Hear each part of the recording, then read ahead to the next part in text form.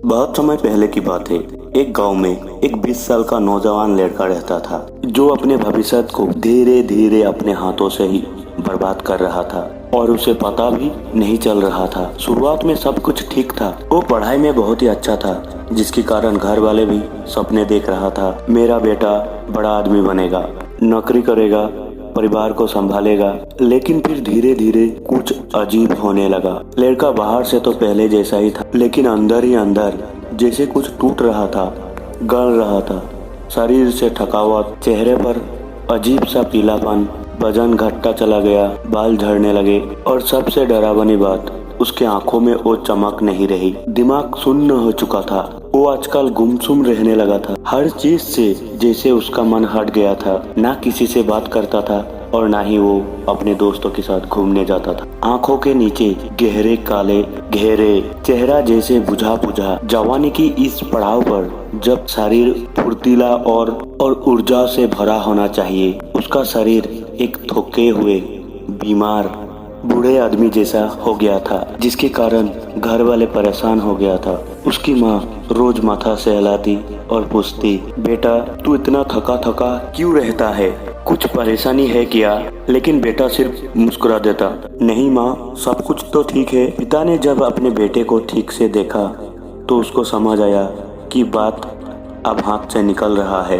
तब वो अपने बेटे को गांव के सबसे बड़े वैद्य के पास लेकर गया। गांव की उस वैद्य ने नाड़ी देखी, आंखें देखी, जीभ देखी, फिर धीरे से बोले, इसकी शरीर में भारी मात्रा में विटामिन और प्रोटीन की कमी है। शरीर अंदर से खोखला हो रहा है। मैं कुछ दवाएं देता हूँ, इन्हें लो और खान पान सुधारो। वैद्य ने प्रोटीन पाउडर दिया और कुछ टॉनिक लिखे और सलाह दी, अच्छा खाना खिलाओ, दूध, फल, ड्राई फ्रूट दो महीने में ठीक हो जाएगा। उस वैद्य की बात सुनकर पिता को थोड़ी राहत मिली। चलो कुछ तो समाधान मिला। लेकिन हफ्ते बीते, दवाएं चलती रही। घर का पूरा खाना अब उसी के लिए बनता, लेकिन कुछ भी नहीं बदला। ना वजन बढ़ा, ना चेहरे की चमक लौटी, ना आंखों की थकान कम हुई। अब तो दिन ब दिन हालत और भी बिगड़ने लगी। वो लड़का अब सुबह भी मुश्किल से उठने लगी। दिन भर बिस्तर पर लेटा रहता था। कोई बात करता तो चिढ़ जाता था। माँ पिता दोनों डर गए थे, क्या हो गया है मेरे बच्चे को? और अब पूरे गांव में बात फैलने लगी, अरे वो फला का लड़का, देखा तुमने, 20 साल का है और हालत देखो जैसे कोई बुजुर्ग हो। कुछ तो बीमारी है या फिर कोई बुरी नज़र लग गई है। सुना है डॉक्टर, वैद्य सब दिखा चुके हैं, कुछ असर ही नहीं हो रहा है। लोग बातें बनाने लगी और हर बार जब कोई बाहर से कुछ कहता, माँ का दिल अंदर से और भी टूट जाता था। पिता रोज कुछ नए इलाज खोजते, हर जगह नए नए जानकारी ढूंढते, दूसरे गांव के लोगों से बात करते, लेकिन उसे समझ नहीं आ रहा था आखिर उनके बेटे को हुआ क्या है। लड़के का व्यवहार भी दिन ब दिन बदल गया था। वो अब ज़्यादातर समय अपने कमरे में बंद रहता था, दरवाज़ा अंदर से लॉक कर लेता था, किसी से भी नज़र मिलाकर बात नहीं करता था। रात को अक्सर मोबाइल का रश्मि देखती थी और सुबह तक वो थका हुआ, बोझिल सी लगता था। लेकिन घर वाले फिर भी यही मानते थे, शायद शरीर में कमजोरी है, इसलिए ऐसा कर रहा है। किसी को भी ये समझ नहीं आ रहा था कि वो जो दिख रहा है वो एक सिर्फ लक्षण है और असली बीमारी कोई और है। धीरे धीरे पूरे परिवार की जिंदगी कोई रुक सी गई थी। हर दिन एक उम्मीद के साथ उठते थे, शायद आज कुछ बेहतर होगा, पर शाम होते ही वही मायूसी, वही थका चेहरा, वही खाली आंखें। धीरे धीरे घर की आर्थिक स्थिति भी बिगड़ने लगा। पिता की जेब से हजारों रुपए हर महीने जेब से निकलने लगी और बदले में सिर्फ खामोशी और थकावट मिल रही थी। दिन ऐसे ही गुजर रहा था। एक दिन पिता बहुत ही परेशान होकर मंदिर की बाहर बैठी थी। तभी गांव के एक बूढ़े आदमी रामू काका आए। उन्होंने पिता को देखा और कहा, तुम्हारे बेटे को किसी दवा की नहीं, संयम और समझ की जरूरत है। पिता चौंक गए। संयम क्या मतलब? तभी रामू काका ने गहरे सांस ले और बोले, तुम्हारे बेटे को ब्रह्मचर्य नष्ट करने की लत लग गई है और यही उसकी सारी बीमारियों की वजह है। रामू काका की बात सुनकर पिताजी चौंक गया। तभी रामू काका ने पिताजी को कहा, तुम तुम्हारे बेटे को लेकर मेरे पास आना। तभी पिताजी एक दिन अपने बेटे को लेकर रामू काका के पास पहुंची।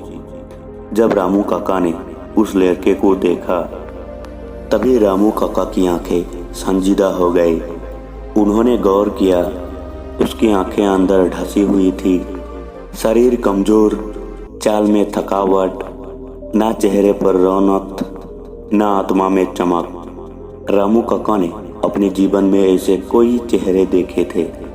रामू काका जानते थे ये सिर्फ शारीरिक कमजोरी नहीं, ये अंदर से जल रही है, आत्मा थकी हुई है। बातों से पहले संकेत समझते हैं ज्ञानी। रामू काका को समझने के लिए किसी टेस्ट या रिपोर्ट की जरूरत नहीं थी। उनकी जीवन का अनुभव ही उनकी जीवन का सबसे बड़ा ज्ञान था। रामू काका धीरे धीरे उठे और उस लड़के के पिताजी से जाकर बात की, भाई जरा बात करनी है, अकेले में चलो जरा। पिताजी बहुत ही ज़्यादा परेशान थे ही तो रामू काका की बात सुनकर तुरंत तैयार हो गए। दोनों घर के पीछे बागीचे की ओर चले गए। काका ने पहले शांत होकर आंखें बंद की, फिर बोले, तुम सोच रहे हो कि तुम्हारा बेटा बीमार है, पर असल में वो बीमारी नहीं, एक आदत का शिकार है, एक लत का शिकार है।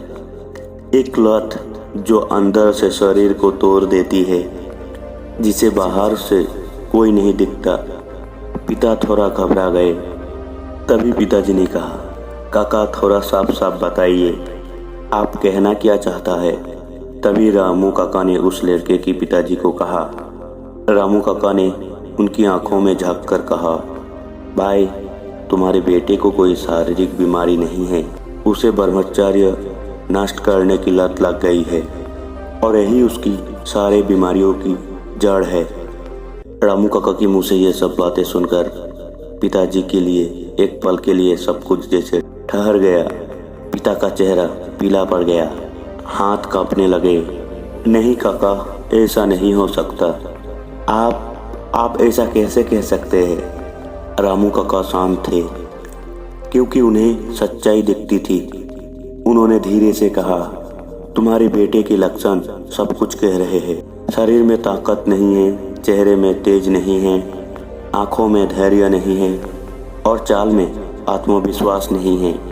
मैंने ऐसे लड़के को पहले भी देखा है जो अकेले में घंटों मोबाइल पर लगे रहते हैं, रात को नींद नहीं आती, सुबह उठने को मन नहीं करता। ये सब लक्षण हैं वीर्य नष्ट की, ब्रह्मचारियों की बर्बादी की परिणाम। पिता अब भी यकीन नहीं कर पा रहे थे। पर काका, हम तो डॉक्टर के पास गए थे और वैद्यों से दवाएं भी दिलवाई, टॉनिक भी दिया। तभी काका ने कहा, बेटा शरीर को दवा से नहीं ऊर्जा से ठीक किया जाता है और जब तक शरीर की मूलभूत ऊर्जा वीर्य नष्ट होते रहेगी तब तक कोई दवा काम नहीं करेगी। तभी पिता की आंखें भर आई। उन्होंने कांपती हुई आवाज से पूछा, तो कुछ अब किया नहीं जा सकता? तभी काका ने बोले, किया जा सकता है लेकिन वक्त अभी ज़्यादा नहीं है। अगर अभी इस आदत को नहीं रोका तो तुम उसे खो दोगी। बाहर से नहीं अंदर से टूट जाएगा वो। तुम उसे कोई एक ऐसे साधु के पास लेकर जाओ जिसने अखंड ब्रह्मचार्यों का पालन किया हो, जिसने वीर्यों को संभालने का महिमा समझी हो, वही उसे रास्ता दिखा सकता है। ये कोई मामूली सलाह नहीं थी। काका की आंखों में अनुभव था और शब्दों में चेतावनी। पिता अब चुप थे। वो जैसे शर्म से नीचे देख रहे थे। उनको एहसास हो गया था उनकी बेटा अब सिर्फ एक बीमार में नहीं है, वो खुद को नष्ट कर रहा है और वो एक पिता होते हुए उसे बचा नहीं पाए। उस रात पिता सो नहीं पाए। रात भर वो करवटें बदलते रहे। हर बार बेटे का चेहरा सामने आता, कमजोर, थका हुआ, बुझा हुआ। और हर बार रामू काका की बात पिताजी को याद आती, अगर समय रहते ही इसको रोका नहीं तो तुम उसे खो दोगे। तभी पिता ने मन ही मन सोचा, अब सच को झूठ के पीछे छुपने नहीं देंगे, मुझे बेटे से बात करना होगा। तभी पिताजी अपने बेटे के पास गया और अपने बेटे को बोला, बेटा एक बात पूछनी है, सच सच बताना, क्या तुम ब्रह्मचारियों का पालन नहीं कर रहे हो?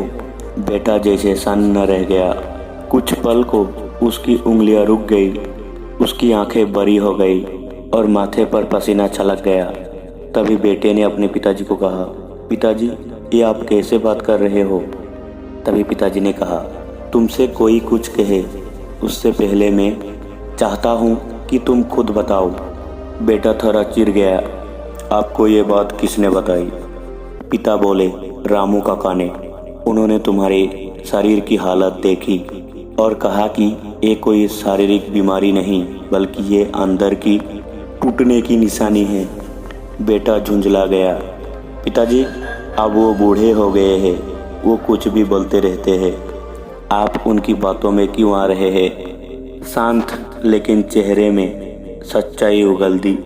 तभी पिता ने अपने बेटे पर जोर नहीं डाला, वो चुप हो गई। लेकिन उस लड़के का चेहरा सब कुछ कह रहा था। उसकी घबराहट, उसकी बेचैनी और सवालों से बचने की कोशिश, सब कुछ एक ही बात की तरफ इशारा कर रहा था। हाँ, कुछ तो है जो वो छुपा रहा था। पिता उस दिन कुछ नहीं बोले, लेकिन अंदर एक तूफान उठ रहा था। तब फिर आई वो रात जिसने सारा पर्दा हटा दिया। रात के लगभग 11 बजे थे। घर में सब सो चुके थे, लेकिन पिता की आंखों में नींद नहीं थी। वो उठे और धीरे से बेटे की कमरे की तरफ बढ़ने लगे। दरवाज़ा आधा खुला था। कमरे में एक अजीब सी गंध थी, जैसे कुछ पुरानी चीज सड़ रही है। उन्होंने धीरे से कमरे की लाइट जलाई थी। कमरा बिखरा हुआ था, किताबें, कपड़े और मोबाइल। और फिर खुलने लगे पर्दे। पिता ने सबसे पहले अलमारी के दरवाजे खुले। वहाँ पर कुछ किताबें थे जहाँ पर अश्लील चित्र थे, कुछ पुराने मैगजीन जिसको ऐसे छुपाए गए थे जैसे कुछ जुर्म किए हो। फिर पिताजी ने मोबाइल उठाया। मोबाइल देखते ही पिताजी अंदर से हिल गया। कई फालतू वीडियो, कुछ छुपाए गए फोल्डर जिसमें अश्लील क्लिप्स थी। पूरे मोबाइल में वही गंदगी थी। पिता को जैसे झटका सा लगा। उन्होंने मोबाइल को नीचे रखा और दीवार के सहारे बैठ गए। उनके आंखों से आंसू निकलने लगे। ये मेरा बेटा है, क्या मैंने यही संस्कार दी? बेटे की सारे सच्चाई पिताजी के सामने आ गई थी। अब कोई सच नहीं बचा था। रामू काका सही थे। बेटा बर्बादी की राह पर चल पड़ा था, एक ऐसी राह जो इंसान की आत्मा को धीरे धीरे खा जाते थे, जिसमें शरीर, मन, आत्मा तीनों खोखले हो जाते हैं। तभी पिता ने मन ही मन सोचा, अब चुप नहीं रहना है। बेटे से अब सीधे सीधे बात होगी। उसे दिखाना होगा कि वो जिस रास्ते पर चल रही है वो अंधेरे की रास्ते है, और अगर अभी उसे नहीं रोका तो फिर उसे कोई नहीं बचा पाएगा, ना दवा ना बाबा। पिताजी ने रात को कुछ नहीं कहा। सुबह अपने बेटे के पास गया और अपने बेटे को कहा, मैं जन्म से तुम्हारा बाप हूँ, अब मैं कर्म से भी तुम्हारा भविष्य बन सकता हूँ। तुम शायद भूल गए कि मैं तुम्हारे लिए दिन रात मेहनत करता हूँ, लाखों का कर्ज लिया ताकि तुम कुछ बन सको, लेकिन तुमने क्या किया? अपने शरीर को तोड़ दिया, अपने आत्मा को जला दिया और अपने भविष्य को खुद बर्बादी की हवाले कर दिया। बेटा कुछ नहीं बोला। उसकी आंखें बाहर आई थी और सिर झुका हुआ था। हर शब्द, हर वाक्य उसके दिल पर चोर कर रहा था। मैंने सोचा था तू कुछ बड़ा करेगा। पिता की आवाज़ भारी हो चुकी थी। मैंने तो सोचा था कि तू मेरे सपने को पूरा करेगा, मेरा नाम रोशन करेगा, लेकिन आज मुझे डर लग रहा है कि कोई मैं तुझे खो ना दूँ, वो भी इस छोटे सी सुख के लिए जो कुछ पलों के लिए राहत देता है, लेकिन जिंदगी भर का पछतावा छोड़ जाता है। बेटा टूट चुका था, अब वो घुटनों की बल गिर पड़ा। उसके मुंह से शब्द नहीं निकल रहे थे, सिर्फ एक ही बात दोहराए जा रहा था, मैंने गलती की पिताजी, बहुत बड़ी गलती। वो फूट फूट कर रोने लगा। अब तक जो चुप था वो अब फूट पड़ा। पिताजी, मुझे नहीं पता था कि मैं खुद को बर्बाद कर रहा हूँ। मुझे लगा ये सब नॉर्मल है, सब करते हैं। मैंने कभी नहीं सोचा कि ये मेरे शरीर को ही नहीं, मेरे आत्मबल को खा रहा है। हर बार के बाद मैंने खुद को नफरत करने लगता था। मैं खुद को आईने से देखने में डरने लगता था। मैं तो चाहता था छोड़ना, लेकिन ये लत मुझे जकड़ चुकी थी। पिता ने उसकी सर पर हाथ रखी। बेटा, मैं तुझसे नाराज नहीं हूँ, मैं तुझसे निराश हूँ। तूने मुझसे, खुद से, अपने भविष्य से छुपाया, लेकिन अब फिर से शुरुआत हो सकती है। कुछ पल की चुप्पी के बाद पिता बोले, गलती हर कोई करते हैं, लेकिन उसे मानकर सुधार लेना ही असली मर्दांगी है। अगर तू सच में बदलना चाहता है तो मैं तेरे साथ हूँ, मैं तेरा बाप हूँ, सिर्फ तुझे जन्म देने वाला नहीं, तुझे बचाने वाला भी। फिर बेटा बोला। उसने आंखें पोंछी और पिताजी की पैरों में सिर रख दिया। पिताजी, आज से इसी वक्त से मैं ब्रह्मचारियों का पालन करूंगा, चाहे कितना भी संघर्ष क्यों ना करना पड़े, लेकिन मैं अब अपने शरीर को, अपने मन को विनाश नहीं, उत्थान की ओर लेकर जाऊंगा। आप मुझे फिर से बनते देखेंगे, फिर से चमकते देखेंगे। पिता की आंखों में आंसू थे, लेकिन इस बार ये आंसू गम के नहीं, उम्मीद के थे। उन्होंने बेटे को सीने से लगा लिया। बेटे ने वादा तो किया था, दिल से किया था, लेकिन आदत जो बरसों से शरीर और उसकी मन में बैठी थी, उसे तोड़ना इतना आसान नहीं था। शुरुआत के कुछ दिन बहुत अच्छे गए। एक हफ्ता, फिर एक महीना। बेटा सुबह उठकर पूजा करता, योग करता, ध्यान लगाता। पिता की आंखों में फिर से उम्मीद जागने लगी। लेकिन धीरे धीरे पिता ने जब उसके चेहरे की हालत देखी तो सब कुछ समझ गए। पिता का दिल टूट गया। इतनी मेहनत की, इतनी भावनाएं दी, इतना विश्वास जताया, और फिर से वही। लेकिन इस बार सिर्फ वो दुखी नहीं थे, वो बहुत ही ज़्यादा चिंतित थे। उन्हें समझ आ गया था ये केवल इच्छा शक्ति की बात नहीं है, ये लत है, एक मानसिक बीमारी की तरह है, जिसका इलाज साधारण समझाइश से नहीं होगा। और तब पिता दौड़े। पिता ने तब देरी नहीं की, उन्होंने सीधा गौतम बुद्ध के पास पहुँचे। पिता ने उनके चरणों पर गिरकर कहा, गुरुजी, मेरे बेटे को बचा लीजिए, वो अंदर से टूट चुका है। उसने वादा किया था खुद से, लेकिन हार गया। बाबा मुस्कुराए और बोले, कोई भी जंग पहली हार में ख़त्म नहीं होती। ब्रह्मचर्य कोई एक दिन का खेल नहीं, ये तो जीवन भर की साधना है। लड़खड़ाना अपराध नहीं है, लेकिन उठना जरूरी है। तभी गौतम बुद्ध ने पिता को कहा, कल सुबह सूरज निकलते ही अपने बेटे को लेकर यहाँ आ जाना। उसे मैं एक सीख दूंगा जो उसके पूरे जीवन को दिशा देगी। अगले सुबह बाप अपने बेटे को लेकर गुरुजी के पास पहुंचा। तभी गुरुजी ने कहा, चलो मेरे साथ, आज एक यात्रा में चलते हैं, तुम्हारी अंतर की यात्रा। तीनों बागीचों की ओर बढ़े। चलते चलते गुरुजी एक छोटे से पौधे के पास रुके और उस लड़के को कहा, बेटा, क्या तुम इस पौधे को उखाड़ सकते हो? बेटा मुस्कुराया, जी गुरुजी, ये तो बहुत ही ज़्यादा आसान है। उसने झुककर पौधे को जोर से खींचा और चुटकियों में निकाल दिया। तभी गौतम बुद्ध बोले, बिल्कुल यही होते हैं कोई नए आदत। जब वो शुरुआत में होती है तो उसे बदलना बहुत ही ज़्यादा आसान होता है, मन उसे तुरंत त्याग सकता है। तभी साधु जी ने वहाँ से थोड़ा आगे बढ़कर 1 साल पुराना एक पौधे दिखाया और कहा, बेटे अब इसे उखाड़ कर दिखाओ। बेटे ने थोड़ी कोशिश की, इस बार थोड़े ताकत लगी, मिट्टी में हाथ गंदे हुए, लेकिन कड़े मेहनत के बाद वो पौधा भी बाहर निकल आया। तभी गौतम बुद्ध बोला, अब ये थोड़ी पुरानी आदत बन चुकी थी, इसे हटाना इतना ज़्यादा आसान नहीं था, लेकिन मेहनत और इरादे से संभव है। तभी गौतम बुद्ध उस लड़के को और थोड़ा सा आगे लेकर गया। उन्होंने एक पुराना और विशाल पेड़ दिखाया जिसकी जड़ें जमीन के नीचे बहुत अंदर तक थी। बेटा आप इसे उखाड़ कर दिखाओ। बेटे ने दोनों हाथों से पकड़कर बहुत ही जोर लगाया, फिर जमीन को खोदने की कोशिश की, फिर पेड़ को हिलाने की कोशिश, लेकिन पेड़ तस से मस भी नहीं हुआ। कुछ देर बाद वो लड़का थक गया।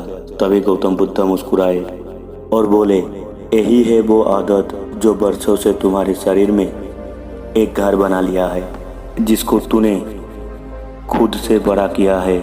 तुमने इसको पाल पाल कर बहुत बड़ा कर दिया है और ये आदत एक दिन में नहीं बना है।